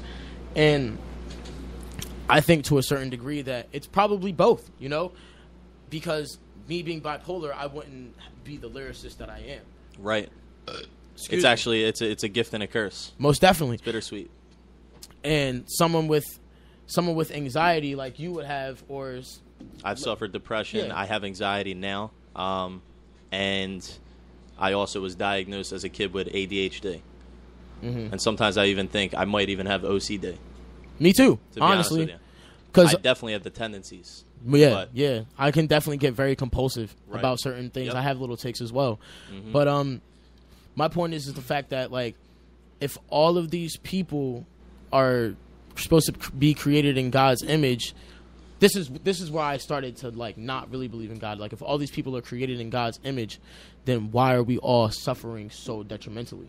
You know? Right. And then you go back and read things like the Bible, and you go back and you read things like the Quran, or you just even look in your own personal life, and not one single person that the Lord has called on has had a regular life or a regular brain. Right. I was just gonna say, I think he picks I think he picks important people, and he picks, you know, like they always say, you know, he picks his toughest soldiers. Most definitely. You know, for the hardest battle, he'll throw the hardest shit. Yeah. In your life, you know what I mean? Knowing that you can handle it where someone else may not. Or he might even throw you something that is a bit too heavy for your shoulders and make you break. Right. Just to build you back up again. To build you back up. Because I've definitely had issues where I was like, what the fuck is going on? Like, why am I dealing with this? I'm only 18 years old. Like, why me? Yeah, exactly. I've been there, bro. I've been there. And I've even breaking down and letting it defeat me to a certain degree and then getting back up and then attacking it later has definitely been something where I don't feel like it was me getting up, because I wanted to give up. You feel me? I wanted to end it so many times. And I wanted to just end it and just, like, not be alive anymore. And for some reason, it's not cowardice, bro. It's not me being afraid to take my life, because I'm not afraid to die. There's someone who's as depressed as me, or someone as depressed as you, or even some of our friends. There's no way in hell that we're still afraid to die. There has to be something keeping us here. There has to be a bigger purpose. A reason. Yeah. Bro, exactly. I wake up and I think about that every fucking day. Yeah. Every day. Me too. That's crazy that you just said that. I just got chills when you said it, because it's so true. Yeah, it is, I can 100%, I can relate to that. And whether or not, like, the younger generation believes in a higher power and wants to call it God, they believe in something that is higher than themselves. I know a lot of younger women and younger males who believe in astrology. Whether or not you want to scientifically dismiss that or not, like, they believe in something. They believe in something. They have faith in something. They're not like our angry ass generation who, like, just completely dismiss the creation theory. How many people do you know in your age bracket that really do believe in God, bro? Because I know so many people who are honestly atheists that don't believe in God. I don't know, because so for what it's worth, I've only met one person, I think, in my life that truly is an atheist. Yeah. You know what I mean? I've only met one person that I can think of. I'm not going to put him on blast, but I met one person. Other than that, openly, I mean, I don't know that people necessarily talk about God, right? But I know they believe in something. Of course. You know what I mean? I think that they know that there's something there, but I don't know. I think what I've seen, even in, like, hip hop, the rapper XXXTentacion, he's only 21, freshly 21. When he came out with "Look at Me," he was 19 years old, and he got put in jail. All this other crazy shit. I actually like his music. Yo, his music is really powerful. I like his music is super powerful, and this is why things like music are a reason. Music and drugs are a reason why I came back to God, because XXXTentacion is someone who believes in the universe. I just watched his Instagram story earlier today, and he thanked the universe for the change that he was making within himself. And when I get up and pray, I thank God every single day for the change that I'm making within myself, because without God, you know, guiding me to be that person, and without God, you know, giving me that clarity on what is right and what is wrong, I wouldn't even want to make that change, and I wouldn't even want to make the music that I make. So my point is the fact that, like, God can be anywhere and everywhere. You feel me? So if someone like XXXTentacion, someone who's had so many cases and been told by the public that he's a vile human being, still make that change and, you know, still thank the universe while he's getting slandered, how is that not real? Like, because a logical person would just be like, all right, I'm this fucking piece of shit, and I'm just gonna, you know, run with it. Right. I'm just gonna, you know, not do music anymore. But for someone to get back up and to thank the universe every single day or thank God or whatever. There's a reason why. There's a reason why. You know, and he's leading a generation of younger kids younger than me, 16, 17, 18, and they're watching his Instagram story and they're watching him say thank you to the universe. Younger than that. Honestly, now that I'm thinking about it, 10 to 12. My 8-year-old nephew listens to Trippie Redd. Right. You feel me? And Tripp is 18. And what I'm saying is that like he's guiding these young kids to something that's higher than them. He's being the influence on these kids and letting them know that you don't have all the power in your life, because there's something that brought you here. You feel me? There's something that led you to my music, and there's something that's going to lead you to a bigger, higher purpose. And there's musicians that have literally like made me feel so spiritually open when I did Acid, bro. There were so many musicians that I was listening to that brought me like spiritually closer to myself when I was listening to them on drugs. So when I listen to people like Tory Lanez, or when I listen to someone like XXXTentacion, or even someone like Chance the Rapper, Chance himself, yeah. When I listen to these Acid people, rap. yeah, exactly. That shit. When I listen to these people off L, I can feel my actual spirit being elevated. Right. And there's only certain projects that can do that. Exactly. I got the same feeling from when I listen to some of like Cudi shit. Mm-hmm. And those artists who make you feel that way, there's no way in hell that it's just charm. You feel me? Right. There's no way in hell that it's just coincidence that they make you feel spiritually elevated, because just you literally can, you almost forget you exist on Earth, and exactly. You just escape. It's such an escape. Like I remember as a young kid, I was probably like 10 years old listening to like Marshall Mathers LP when Eminem dropped that. Yeah. That shit took me like somewhere else. You know what I mean? It was a lot of like crazy shit. You know, I was being exposed to as a 10-year-old child. You know what I mean? Exactly. A lot of violence, a lot of crazy shit on there. But artists like that, like him, Cudi, like there's only certain people that could do that, and then there's other people that are just artists and they make music that's good and you accept it. You know what I mean? Exactly. There's not a lot of artists that bring you to a higher way of thinking. No, and not at all. I think that, and because in the Bible it says that the devil was, before he was kicked out of like heaven, he was the angel of music. And I think with Chance the Rapper being so important to music now, I think that on a celestial plane, that spirituality is becoming way more open about when it comes to like music. Spirituality is becoming way more of a open conversation than a taboo conversation. And I think mental health is as well. And a lot of people who do believe in God, someone who's normal in the head would probably like vindicate that person or vilify that person for, and just call them delusional for believing in like a higher being. But I feel like people with mental disorders, like bipolar or maybe even schizophrenia to a certain degree, may be tapped into something different that those normal people don't know, because I feel my emotions on a way higher plane. You feel me? On a way higher plane than anyone else. And that may be a chemical imbalance in my brain, but there's a reason that chemical imbalance is there, because people who are bipolar can be some of the most truthful people in the world. Right. And the Bible, it says you have to be honest. Yeah. So... And you use that to your advantage. I use that to my advantage. Use your weaknesses to your advantage. When I go and I write about God or about mental health, there are certain times where I feel like it's not even me writing, because I'll literally blank out. It just like takes over. No one exists when I'm writing, and my girlfriend has seen it. Right. Like no one exists when I'm writing at all. Right. Especially when I'm writing about something that deep. I've literally like sat there and been on autopilot in my head and just written like song after song after song for hours, and then gotten up and looked at my keyboard like, what the fuck did I just do? Right. That has to be something different. That's not something your else body. takes over. Exactly. Just straight autopilot. And when I go back after a mood swing or after a real manic phase in my bipolar, I go back and I listen to these songs, or I look at these lyrics that I wrote, and I'm like, why did I choose to write that way? Why did I choose to talk about that? And that certain, even like when it comes to my cadences and stuff, like it's just very, very, overpowering feeling, because if I'm just writing to be writing, it doesn't feel like that.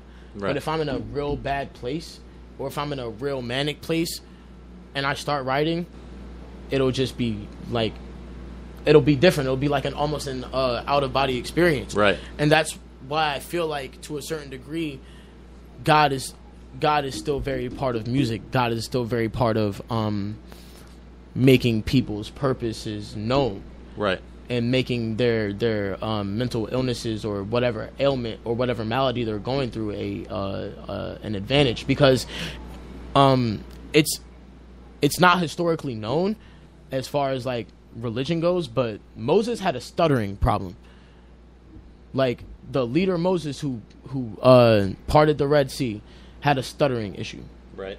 And I think it's documented in the Bible. And his brother Aaron had to speak for him a lot. You feel me?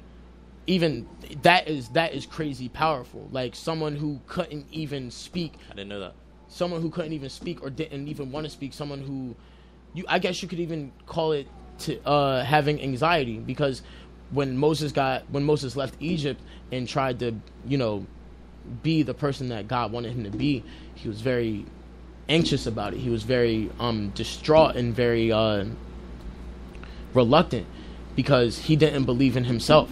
And a real big issue with any mental illness is the lack of belief in yourself. Right. So when God called on Moses and told him to, part the Red Sea and free all the Hebrews and all the Jews, he didn't want to do it, because he didn't believe that he could.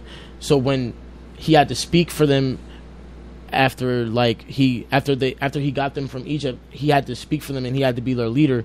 So he had trouble doing it. So his brother Aaron would speak for him. And I think that's something that's very powerful, because that's something you can equate to social anxiety. You feel me? Right. So my whole point is that there has to be a reason why God makes us imperfect. There has to be a reason why God creates us with certain disadvantages. Because without my bipolar disorder, bro, I can't write. There's been times where I've been completely and utterly happy about how my life was going, but I didn't write for 2 months. Right. Or if I did write, it wasn't... No, I agree. I think you could, like we said, I think you can use those weaknesses to your advantage. I think that people they can't feel what we feel, you know what I mean? Exactly. And I've had those moments where I black out. I actually try to get to that every time, and you can't do it every time. Not. But that like spirituality, like my thing is I like working in the dark, because I don't want to see anything. When I'm in the studio, the lights are off. I got neon lights going, you know what I mean, to like guide me to walk around so I don't like trip over anything. But like, yeah, I'm trying to. When I'm in the studio, when I'm working, I want to black everything out, and I want to feel like I'm in like outer space. Yeah, you know what I mean. I don't want to be on this earth. Mm-hmm. That's how I am when I write. You know what I mean? Yeah. So when I write, I have to be alone. I can't have any music going, or if I'm with someone, I need everyone to be quiet. Shut the fuck up. Yeah, until the song is done. Right. I need everyone to be quiet. You ever try to write when someone just doesn't understand and they're not on that same wave, that vibe, bro, and they're just like fucking your shit up? Bro, that's why I hate doing features. I'll just get up and walk away. I'll walk out. I'll walk out of the room. I've literally had to walk out of studio sessions. You'll catch me walking down the street. I've literally had to walk out of studio sessions and write like one of my verses outside. Right. You know, just because it's like that's just my process. Right. And I think as far as mental illnesses go, I think a lot of artists have it. A lot of artists have a lot of mental illnesses. I think the most special people on earth have mental illnesses. I think so too. And they should learn to use it to their advantage, like we said, and just accept it. You know what I mean? And I think like if you look back in history, I don't have a list in front of me, but some of the most important people in history that did the biggest things, they had mental illnesses. Mm-hmm. You know so how can't that be God, bro? Like Albert Einstein being one of them. He did acid too. Right. That's crazy. No, I don't think he did acid. He did opium, a lot. Well, whatever it was, I mean. But we're gonna segue into our next topic, and we're just gonna spitball here, and we're gonna talk about the Kendrick situation. All right. So, I'm so ready for this. Can I lead into this? You can. So I'm pretty sure everyone knows about Kendrick Lamar bringing a white woman on stage, and she recited Mad City.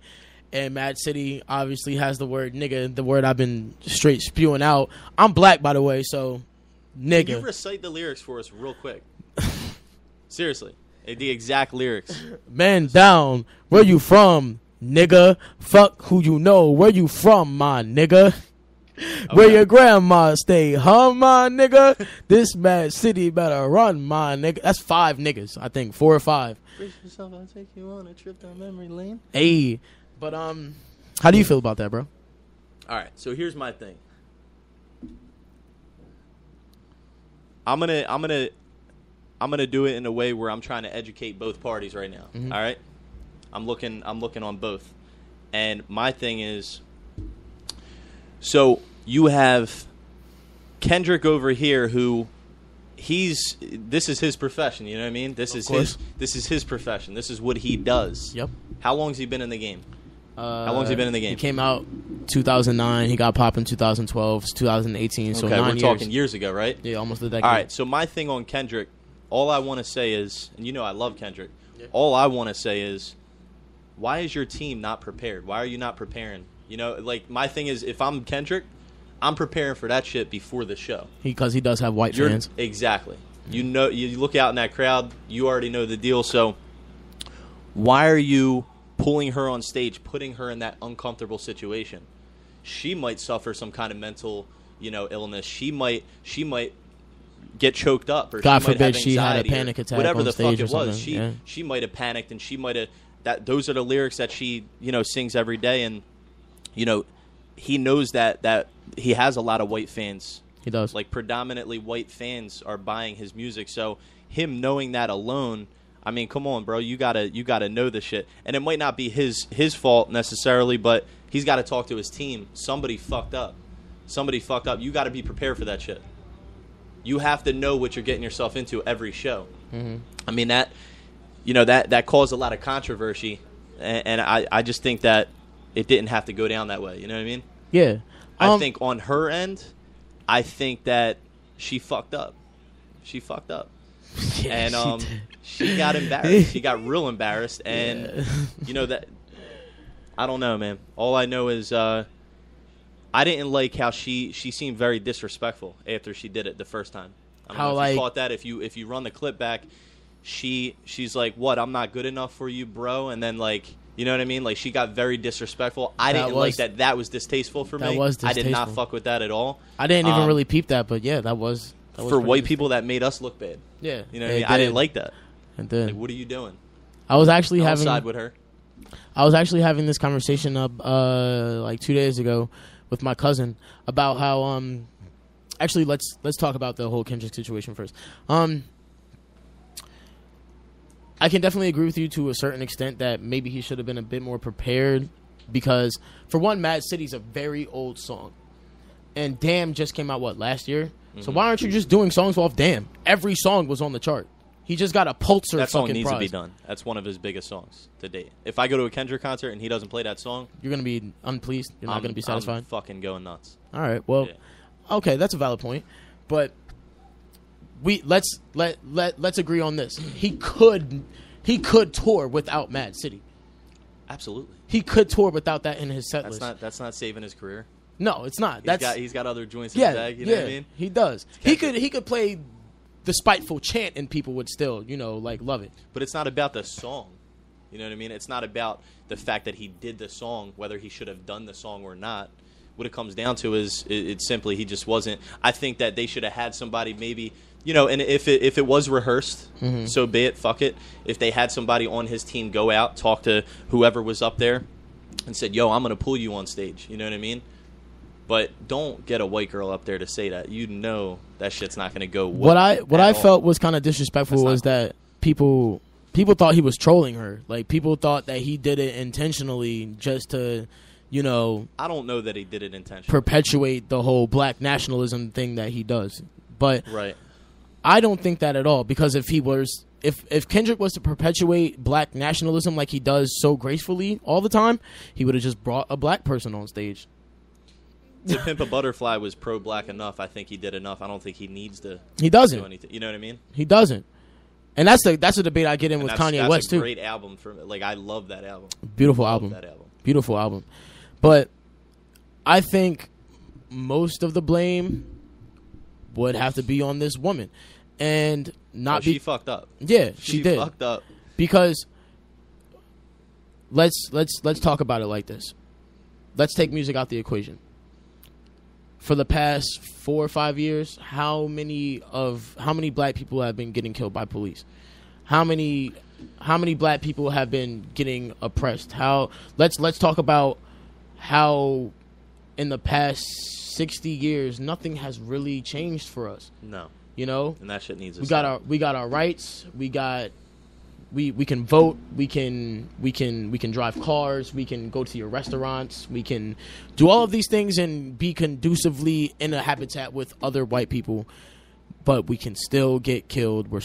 If we get rich, we're still niggas in convertibles.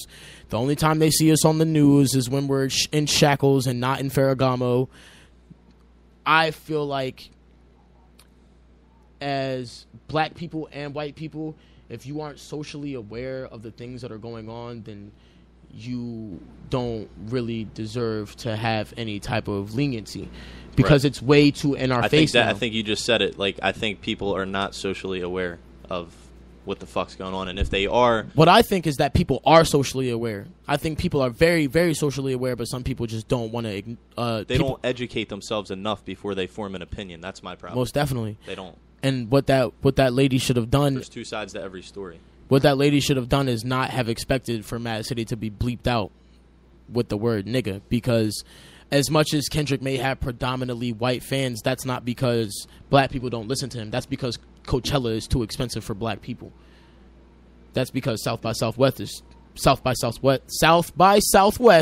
is too expensive for black people, because predominantly speaking, statistically speaking, a lot of black people live in impoverished areas. So, and Coachella's what, $2,000? Right. I have a child to feed. I have a car payment. This, that. Even if you're not black, if you live in an impoverished area and you're white, we're not going to Coachella. Right. You feel me? We're not.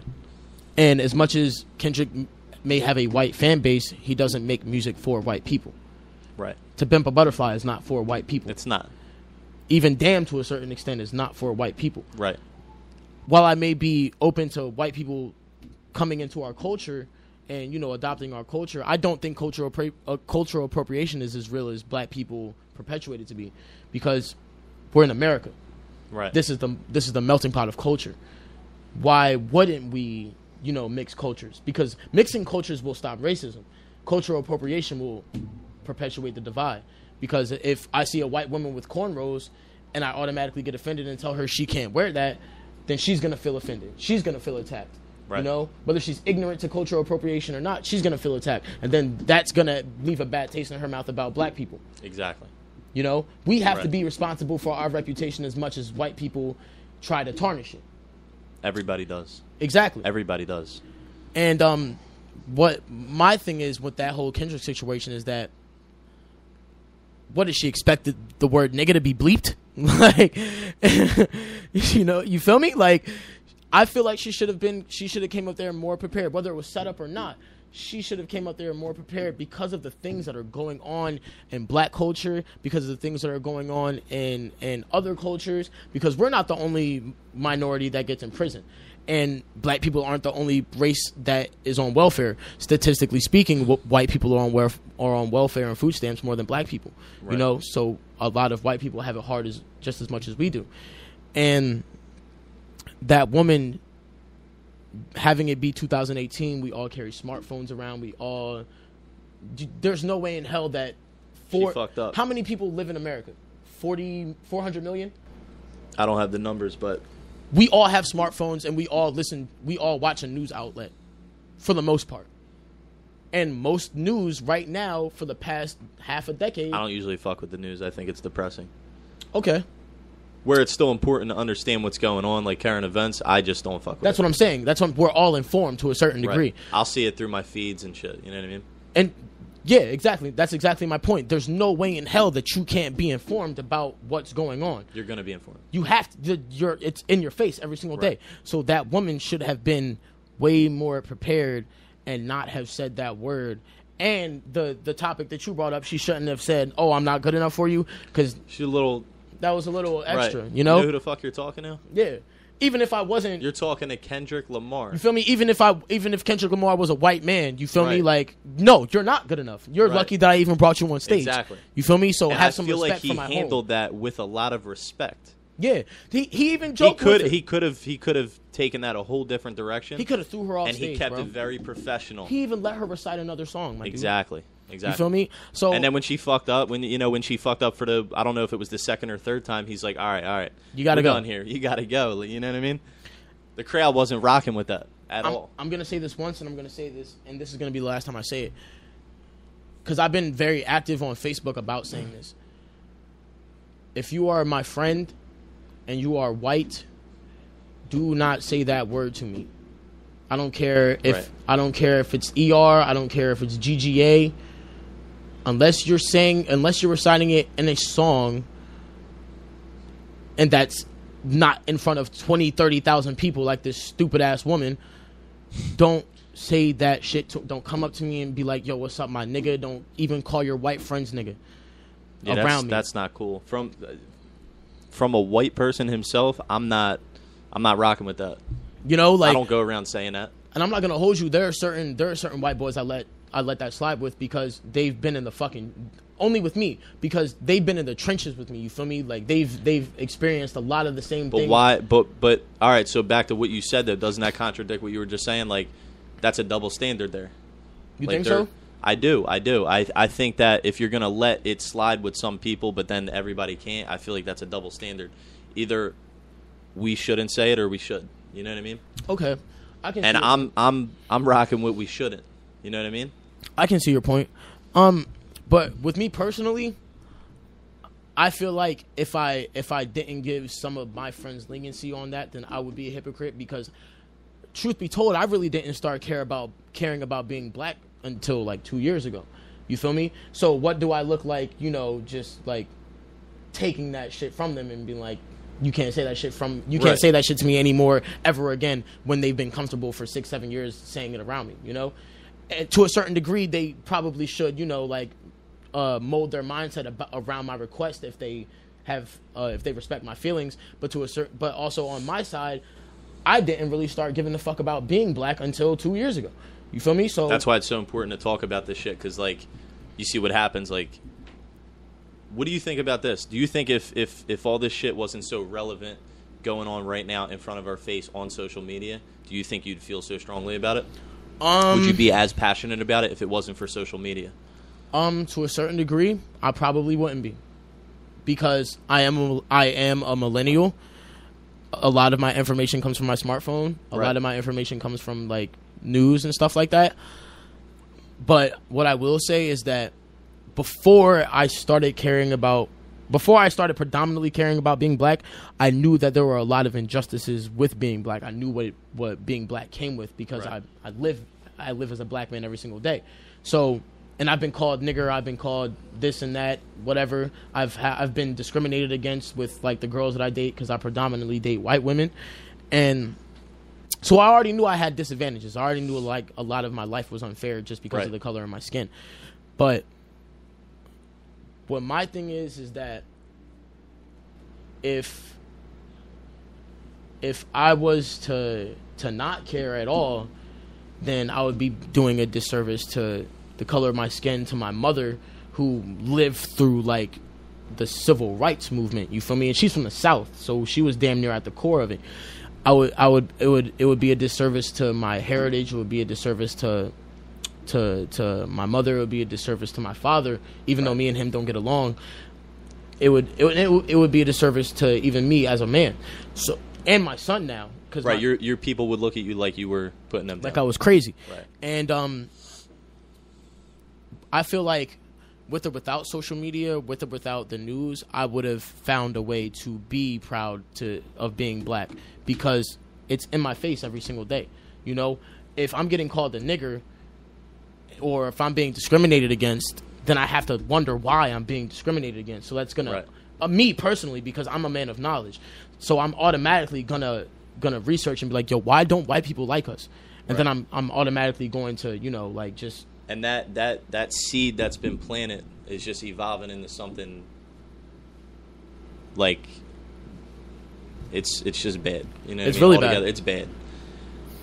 I don't like touching on it too much, because I also feel like every time I bring it up, I feel like it puts it back out there into the world. You know what I mean? Mm-hmm. It needs to be talked about. It's very important. It shouldn't be swept under the rug.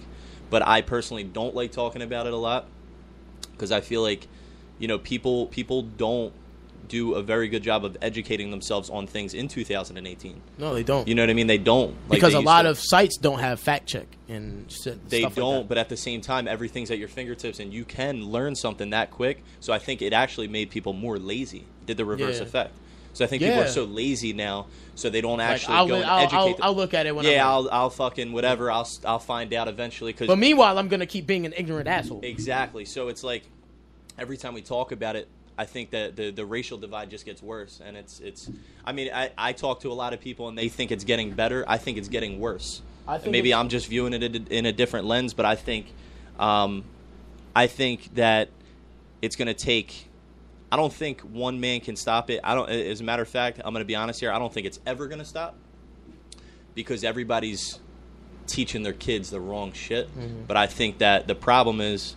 Or the solution will be that it's going to take a lot of leaders, especially people in hip-hop, predominantly black culture, you know, to team up with, you know, white politics or white politicians and just talk politics and just figure the shit out. You know what I mean? Mm-hmm. And I think that's going on behind the scenes. I think there's a lot of shit that we don't see, but, you know, people do have bad agendas out there. There are people in positions of power that have bad agendas, and they're trying to make it worse. I know. You know what I mean? And I'm trying to fucking stop those people. My thing is that I've experienced enough racism to almost not really assume, but to observe how a lot of white people act, and this is excluding all my white friends, by the way. A lot of white people that I have met that support All Lives Matter, or support the army or the military, or feel like kneeling towards the flag is disrespectful, a lot of them have some type of, or even racist people have some type of inherent God complex. Like, for some reason, they feel like they're better than another race or another group of people, and it's very, very wrong. And I've noticed it with a lot of debates I've had with white people on Facebook, and even I will actually back that up. I mean, you can't say that for everybody, because I don't feel that way. You can't. I don't feel like I'm better because I'm white, or you know what I mean. But that is true. That's very true. It's very true. That's very true. And what I've noticed is that even if you are white and you do support black culture, or if you do support just black things happening or black progression, a lot of white people will still try and like be like, okay, but white people, you know, like, or they'll try and involve themselves in something where they necessarily don't belong. And my whole thing is that I don't necessarily want white people to distance themselves from our movements. I want them to understand that this is something that needs to be fixed with our infrastructure. This is something that needs to be fixed within us. Because while the white man may have thrown the first stone with the conditioning and the state of mind that he's given us with like slavery and the crack era and stuff like that, it's our fault that we perpetuate it. It's our fault that we continue it. And I'm saying this live on air. It is black people's fault that we continue to kill each other for Jordans. It's our fault that we continue to riot in our own neighborhoods and fuck up mom and pop shops that are only getting by. And the minute you fuck up that shop, now their son has to be a gangbanger and sell drugs just like the rest of us. Right.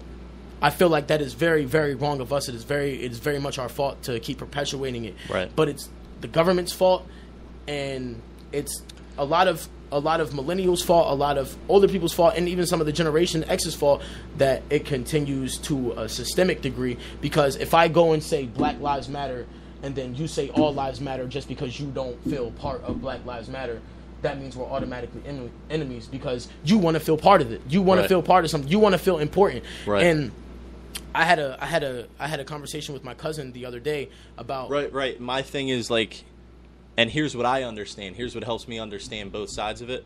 Like being white, being in a culture, in a Black culture. Mm-hmm. What a lot of white people need to understand, and here's what I understand. Pro-Black doesn't mean anti-white. It doesn't. It doesn't mean anti-white. It doesn't. We want you guys to be a part of it. We want you guys to be a part of it very, very much so. But my thing is that, like, since slavery, we've had our heritage and our culture taken from us. I'm not supposed to be dressed in these clothes. I'm wearing white men right now. You feel me? If I was still in Africa, or if my ancestors didn't get exported here, I would be wearing a dashiki in Africa, or nothing at all, honestly, or rubies or jewels or very, very, very glamorous long robes. You feel me? That would be my culture. That's my people's origin. That's our heritage. You know, Irish people still wear kilts. Black people wear Tom Ford or Tommy Hilfiger. Right. It doesn't make sense to me.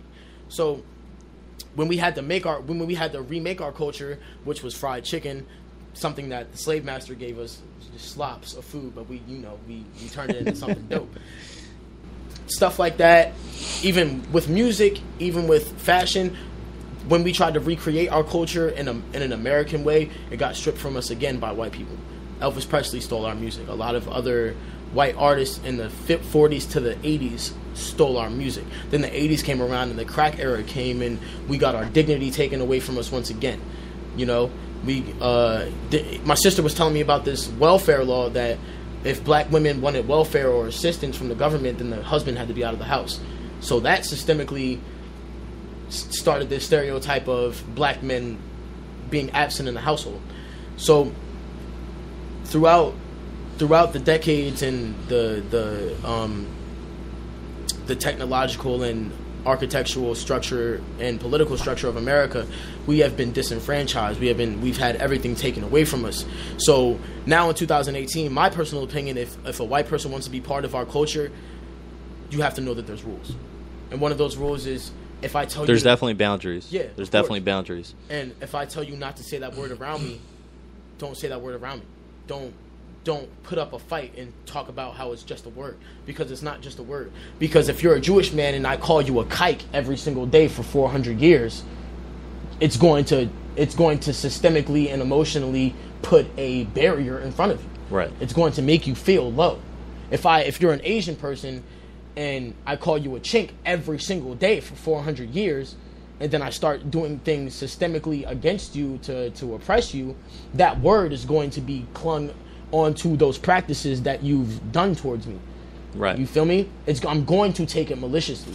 And even if I don't take it maliciously, even if I just want you to respect my feelings, why is it so hard for you as a white man to just be like, okay, bro, I won't say nigga around you? Why do a lot of white people want to be part of our culture but not want to, follow the rules of our culture? To me, it seems like they don't really want to be part of our culture. It seems like they want to just steal it again, but in a more nicer way. You feel me? That's how I feel. Because I've met white people who love the shit out of hip-hop, who love fried chicken, who love BET, all that frivolous, perpetuated culture, but have no idea about Malcolm X. Have no idea that a black man actually created the light bulb. Have no idea that a black man created the street light. Have no idea that a black man created hockey, a predominantly white sport. You feel me? If you want to be part of our culture and you don't want me to sit there and claim that you are using cultural appropriation, then know your shit and respect my boundaries. Because if we're going to be real, no offense. That's why I'm letting you talk, because I think it's only right to say, I'm going to be honest, I've felt racism. from black people. Racism is universal. I felt it. I'm not going to say black people can't be racist. No, they are. But I'm not, I've never felt it like some of my black friends. Mm-hmm. You know what I mean? I know that. I've never felt that. So, but if I come up to you as a black man and tell you that I hate you because you're white, I'm a racist. Let's get that out of the way. I'm a racist if I say that. If I come to your house, that's how I'm viewing you. If I come to your house and I hang your son for being a white person dating my black daughter, not only am I a racist, but I'm a murderer. Right. You feel me? Like, black people need to stop talking about this reverse racism shit. Everyone needs to stop talking, because racism, as weird as it may be, racism is the only practice where you can practice hating someone where it doesn't discriminate on who you can hate. Exactly. And that's why, I want to bring one thing up. There's certain artists in the game that are very important with this, that are pushing the equality movement. One I want to bring up is Logic. I think he looks like a straight up white kid, but he's bro. Biracial. He does, but he's biracial, and I respect him because he brought that equality into the mix, and that right there, if people just understood how to rally behind that and get behind that movement, the more powerful that is, that will help the racial divide. I most definitely agree. So he is actually doing something to better us. Mm-hmm. You know what I mean? He's helping the communities. He is. So that's why I fuck with him. I respect people like that. I respect the shit. I don't even like Logic's music, but I respect the shit out of him as a man and as someone who is he is a black man, bro, but stereotypically speaking, living in a white body, man. That boy look white as fuck. You feel me? Right. But he grew up not only having to deal with being biracial and looking the way that he does aesthetically, but he also had to deal with nigga problems, stereotypically speaking. Right. His dad was a crack addict. His mom was a crack addict. His sister, then on top of that, he had to deal with stereotypical white problems, like his sister and his mom being raped and abused and stuff like that. That happens a lot predominantly in white culture. Right. And black people have, just abandonment, gang violence, drug violence, stuff like that. And when you take those two stereotypical disadvantages of culture and you put them in one melting pot of Baltimore, my nigga, that's where he's from, right? Baltimore. That can really put a damper on someone's mental state. Yeah. And Logic is a very, very good example on how I salute him for speaking up on that. Most definitely. He speaks on so many beautiful things. Even though I may not like his music, he speaks on so many beautiful things, and I have nothing but respect for that man. That's what we need. We need that kind of leadership. You know what I mean? But here's where I'm feeling about white people getting involved with our culture. If you want to be involved, I welcome you, but find a way to make your people involved. Don't just come to our protests. Don't just come to our rallies, because we're good here. We don't necessarily need y'all at the protest. We don't necessarily need y'all at the Million Man March. It's welcomed, but it's gonna bring some kind of static amongst each other. It's sure. It's almost inevitable. Given the current state, yeah. Of course, because if even me, bro, if I'm at the Million Man March, or if I'm at a protest that's Black Lives Matter and I only see 5 white people, I'm gonna look at them like, what the fuck are you doing here? Like, you see that we're good here, right? So what the fuck are you really doing here? My thing is that white people, as much as they might want to be a part of our culture and help us progress, one of the biggest ways you can is if you go and rally with nothing but white people for our culture.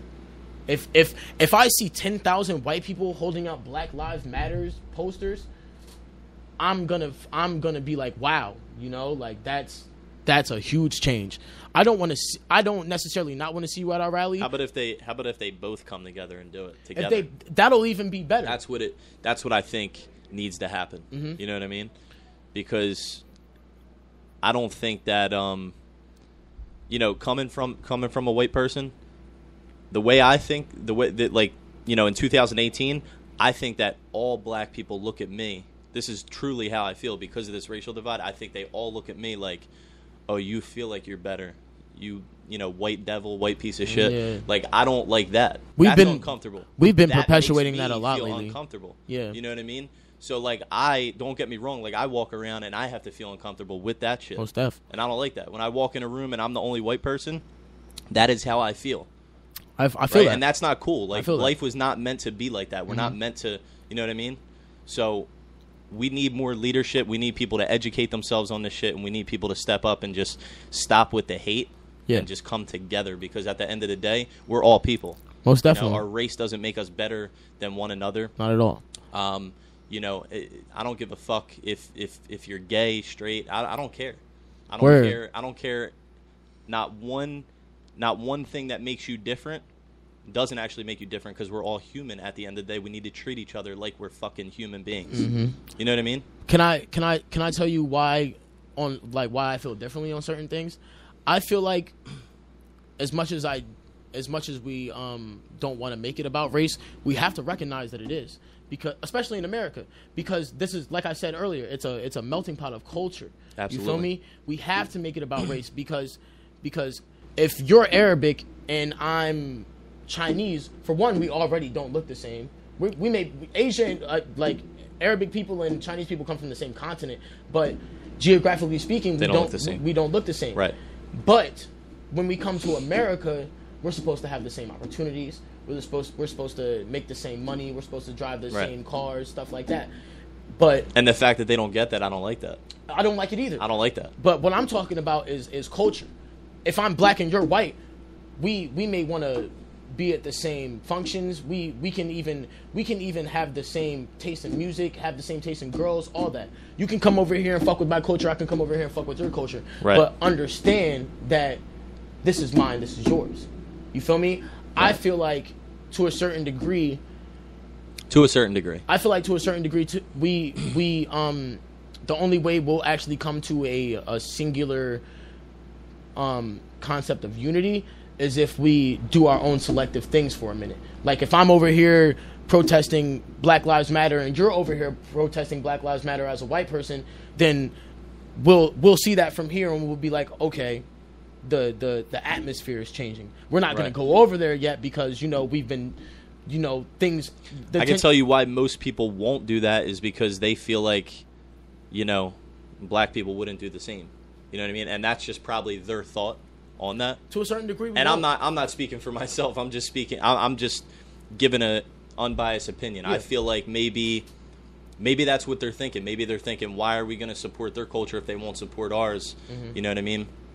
Because of all this hate that stems from years and years of slavery and just hate, straight hate. You know what I mean? And that's a real big reason why black people come off as racist or come off as discriminatory because of that. We're very paranoid around you guys. Right. We don't. Right. A lot of us don't necessarily hate you. When we say hateful things, it's more of a defense mechanism than it is than like. It absolutely is. But and now it's got both sides uncomfortable. Exactly. You know what I mean? And it's you almost throw other cultures in the mix. Now everybody's like, whoa, like. But let me tell you the reason that we feel so uncomfortable, because if you look at it, bro, it's not just white people hating black people. Not at all. Look at the when America in the Industrial Revolution, when a lot of people started immigrating here, mm-hmm. Italian people when they immigrated from Italy, and then when Irish people immigrated from Ireland, they didn't like each other. They're both from Europe. They're both white-looking people, but they didn't like each other for their different races. And when the Dutch came over here, it's funny you said that. I'm part Italian, and I used to get hated on from like Irish friends. You know what I mean? Exactly. You know what I'm saying? And when the Dutch came over here, they had their problem with Jews, this and that, but they're all from the same country. They're all from the same continent. They're all from Europe. So typically speaking, they all look the same. And then Spanish people come, then Arabic people come, and then this race comes, and black people are one of the only people who didn't ask to come here but get told to go back to our country the most by most different races. Asian people don't like us. Spanish people don't like us. Arabic people don't like us. Even some derived black cultures don't like us. Haitian people don't like us. So let me ask you something. Israelites don't like us. From a black man to a white man, what do you think? What can we do to like start taking the steps to like resolve this? this is gonna sound, better it. This is gonna sound outlandish, but we need. I'm serious. We need a form of segregation to seriously fix it. We need a form of segregation, and this is why we need a form of segregation, because we are way too involved with what each other are doing, to the point to where it's not making it better. It's perpetuating the hate. Because if I say Black Lives Matter, me personally as a man, I'm talking about myself. If I say Black Lives Matter, then I hear a white person or another person from a different race that isn't black say all lives matter, I'm automatically going to want to hit you. You feel me? That's me personally. And I feel like if we had, I could see why you'd feel that way. I feel like if we had that segregation and we had that time to educate black people on how great it is to be black, we would stop killing each other. We would be more proud to be black. And then that segregation and that culmination of education would make us want to start more black-owned businesses. Right. Would make us want to thrive with each other more. And then I wouldn't necessarily say keep white people or other races out of our culture. It would just be separate, you know. Like if let's say like we have a black neighborhood and we have a white neighborhood.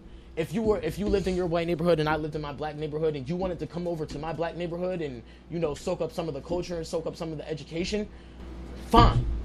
Just go back to your neighborhood when the street light is off. You feel me? Yeah, absolutely. Because this is what we need right now. Right. We need to be with each other right now to especially with the shit that Ye is saying, especially with the stuff that's going on with black people dying. We need to be. Yeah, he created a lot of controversy with that. He created a lot of controversy. We need to be by ourselves right quick and just, you know, reset. And then once we're done resetting, what that segregation can culminate into integration again. Because what Malcolm X said, he said integration was the worst thing to happen to us because we became easier targets. We became it became a lot more susceptible once integration started for us to get killed by police and be in prison and stuff like that. If I'm in a black neighborhood and there's black police officers, I'm not going to feel threatened. But if I'm in a black neighborhood and a white patrol car is coming around, you're going to feel some type of way. I already know what's about to happen. You're going to feel uncomfortable. Right. But the minute we have that segregation and the minute we begin to heal, that's when we can come back together and be like, all right, now let's hear your side of the story. You feel me? But this was a great discussion. Yeah, absolutely. I think we should end this with some shout outs. Definitely. Shout out to abn101.com for giving me and Nick Shoemaker our fucking Schumacher. Thank you for, you know, giving us this radio show, The Connection. You know, we're connecting the dots between hip hop and mental health. Thank you for you know, the studio. Thank you for everyone who listened. I want to give a shout out to Nick because he's got a project coming out. It's called Dreams. What does that stand for? Dreams Really Exercise a Mind. Yup, Dreams Really Exercise the Mind. I just came out with a new remix. It's to spread awareness for suicide and, you know, mental illness and stuff like that. It's a remix to Post Malone Psycho, so you guys should go check that out on SoundCloud. It's pretty dope. It is pretty dope. My rap name is Hendo. Nick's rap name is The Shoe. What else? We got any other shout outs? Shout out to Craig. Shout out to J Dot. Shit. Yo, shout out to Bad News Breezy. I'm such a big fan of that man's music, bro. I don't know if you know who he is, but he's this local artist around like Summers Point, AC area, and he bodies shit, bro. He's a dope artist. Shout out to Bugs. Shout out to The Full Circle. Shout out to Fizzy Hendrix. Just shout out to Des G. Shout out to Tony Segaris. Everybody that's just, you know, trying to... Shout out to Fonte Cruz. Shout out to Fonte Cruz. Shout out to Damian Johnson. Right. Shout out to everyone. The Rap Commute. Yup. Shout out to the Rap Commute. Fuck with that. Shout out to everybody who's just trying to make a wave right now and trying to bring the whole tri-state area together. Because I really feel like Jersey is up next, bro. Right. I really, like, besides New York and stuff, like, this is going to be, like, the part of the East Coast that no one talks about. Bro. Like, yeah. we're definitely going to pop. I can feel it, bro. It's going to happen. We have a lot of big things going on underground right now. Hell yeah. Hell yeah. Shout out to 2020 Vision. He does music videos and stuff like that. Shout out to Benji. He does music videos, too. Dirty Politics, Ethic. And I think that's it. We're out. Shout out to my man 856 Survivor, too. He's my videographer. He shoots all my videos. Word. He's also an artist. You can find him on Instagram, 856 Survivor. 856 Survivor. That's my man. I think that's it. I think we just got to wrap it up. This has been The Connection on ABM 101. Thanks for tuning in, guys. If you didn't tune in this week, if you caught us late, tune in next week. Same time, same place. Every Sunday, 3 to 5. All right, and we're out. Social media. Follow me on Instagram, Hendo609 _ follow me on SoundCloud, Hendo with the with the 3 instead of the E. Nick.